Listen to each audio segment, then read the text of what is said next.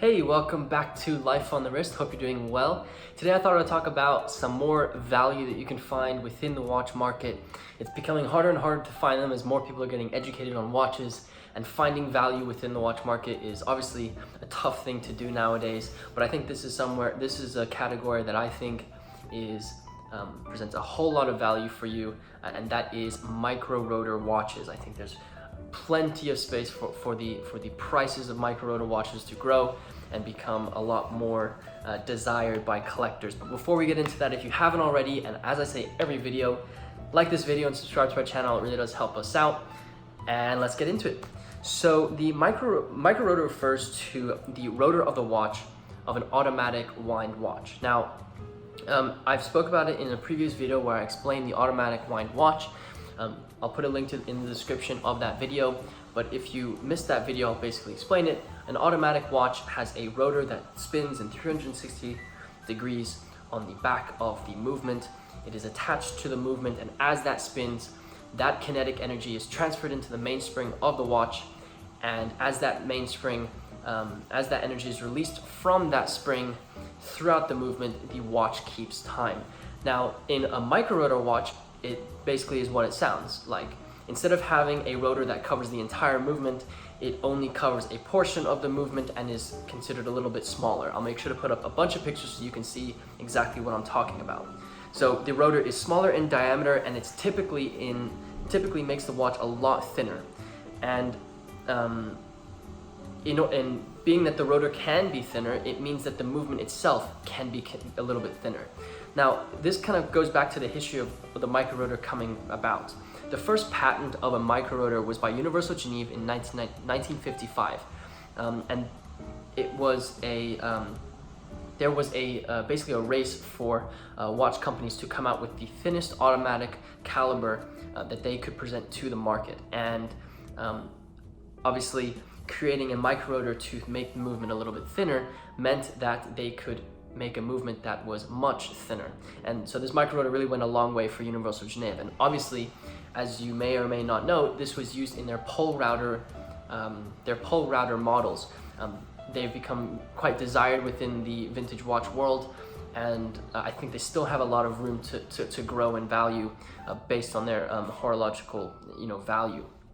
So they were used by vintage watch companies back in the day, but today you don't really see them very often in a lot of the modern watch brands. They are still used in companies like Patek Philippe, Roger Dubuis, and Laurent Ferrier, but these are obviously higher end watch companies that are using these. So you're gonna have to put a little bit of money down to buy a micro rotor watch with modern watches. But there still is a lot of value in micro rotor watches in the vintage watch world. I will talk about 3 reasons why I believe micro rotors present great value for you within the vintage watch world. The first is the rarity of micro rotors. As I said, there are very few watch companies that are using micro rotors today, but within the vintage watch world, there are quite a few companies that did it, and they're becoming scarcer and scarcer to find.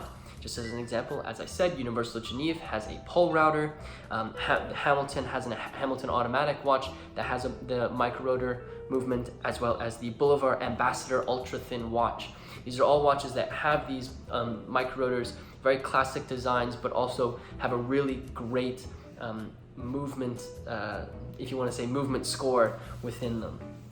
The second reason why I think micro rotor watches have a lot of value is the aesthetics of the movement.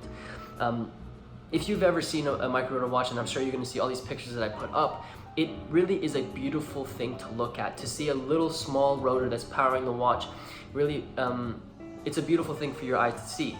And obviously, when you're trying to pick a watch for you to find, when you look at it, it has to look good to you, and that's what makes it desired by you. So being that is a beautiful movement, and a lot of the times the dials are very simplistic, very beautifully laid out, you'll find that micro rotor watches are very desired because the aesthetics of the watch dial as well as movement are considered beautiful by a lot of collectors. And the third, and for us is the most important, being that this is Life on the Wrist, where we talk about the stories behind watches, is the historical value of the story of the micro rotor watch. I think knowing that watch brands were competing to try and come up with the thinnest automatic watch movement, and decided to come up with a new design for the rotor that they had inside of their automatic watch movement, gives the watch a great story that you can tell people who comment on it, but also allows you to create a real connection with the historical value of the watch that will be on your wrist. So just to summarize, again, I said it's the rarity, the beautiful aesthetics that the watch presents, as well as the historical value that the story of the micro rotor presents. So I hope that gave you a little bit of information of the micro rotor watch. If you are thinking about diving in and trying to buy a micro rotor watch, they are becoming increasingly rare to find, so make sure you're getting one that you believe is in great shape. You know, do your research before you buy. I always say it, but research before you buy a micro rotor watch, or any watch to say, but also when you're purchasing a micro rotor watch, I think they have a tremendous way up in value that you can kind of ride along while you have it on your wrist. We sourced a pole router that we ended up selling on our shop.